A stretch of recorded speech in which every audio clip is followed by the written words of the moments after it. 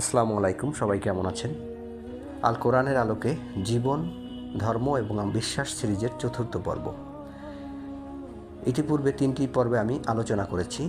এ পর্বে আমি এ বিষয়ে আমার অভিজ্ঞতা, মতামত প্রকাশ করতে চাই। হতে পারে এটি কারো জন্য তার হৃদয়ের কোনো কঠিন বা গভীর কোনো প্রশ্নের জবাব।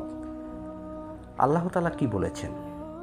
আল্লাহ তাআলা বলেছেন বিশ্বাস করতে, অর্থাৎ শুনেছ, মান্য করেছ। এবার যারা শুনেছে এবং মান্য করেছে তাদের জীবন কেমন হয়, এবং যারা এটি নিয়ে দ্বিধাদ্বন্দ্বের মধ্যে থাকে, সন্দেহগ্রস্ত থাকে বা এটাকে অস্বীকার করে, তাদের জীবন সম্পূর্ণ ভিন্ন। এই পৃথিবীতে অলৌকিক যে বিষয়গুলো, সে বিষয়গুলোর ব্যাখ্যা বিজ্ঞান বা আপনি আমি আমাদের চিন্তা চেতনার মাধ্যমে দিতে পারবো না। বিজ্ঞান হয়তো একটা ইকুয়েশন দাঁড় করাবেই, কারণ বিজ্ঞানের ধর্মই এটি যে তারা যে কোনো বিষয়ে ইকুয়েশন তৈরি করবে, কিন্তু সব কিছুর ইকুয়েশন কিন্তু হয় না। আপনি আপনার নিজের মনের কথা চিন্তা করুন, আপনার মনের আচরণ। বিজ্ঞান এত উন্নত হয়েছে, কিন্তু এখনও মানুষের মস্তিষ্কের অনেক বিষয় কিন্তু প্রতিরোধ করতে পারেনি। মানুষ পাগল হয়ে যায়, হতাশাগ্রস্ত হয়ে আত্মহত্যা করে, মানুষ ডিপ্রেশনে চলে যায়। সব কিছু মনস্তাত্ত্বিক বিষয়, আর ধর্ম সেটিও মনস্তাত্ত্বিক বিষয়।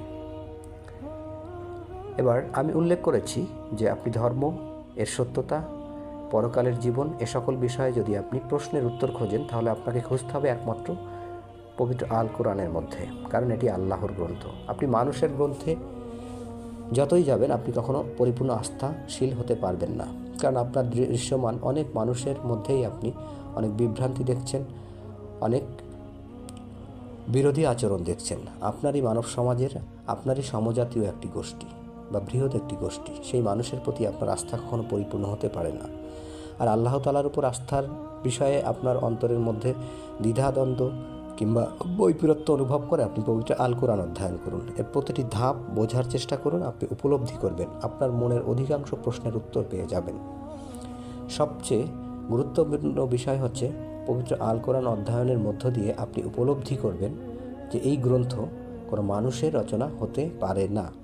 এটি উপলব্ধি তখনই আপনি করবেন যখন আপনি এই গ্রন্থের বিভিন্ন বিষয়, বিভিন্ন ঘটনা, এগুলোকে আপনি গভীর দৃষ্টি দিয়ে উপলব্ধি করার চেষ্টা করবেন।